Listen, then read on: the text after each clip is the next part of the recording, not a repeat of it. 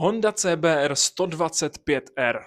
Honda chtěla nabídnout sportovně vypadající motorku i v kategorii 125 ccm. CBR teda vypadala jako její větší ségry. Jako třeba tahle. Byla opravdu lehká, její váha je okolo 130 kg. Díky tomu je motorka opravdu snadná na ovládání a proto si ji taky zvolila spousta začínajících jezdců, jako já. Do Evropy se teda dostala ve chvíli, kdy se rozšířila možnost řídit 125 s řidičákem A1. Po úspěchu Hondy s CBRkem se přidaly i ostatní značky, například Yamaha se svou IZF 125R, Aprilia se svou RSV4, anebo třeba KTM se svou RC 125.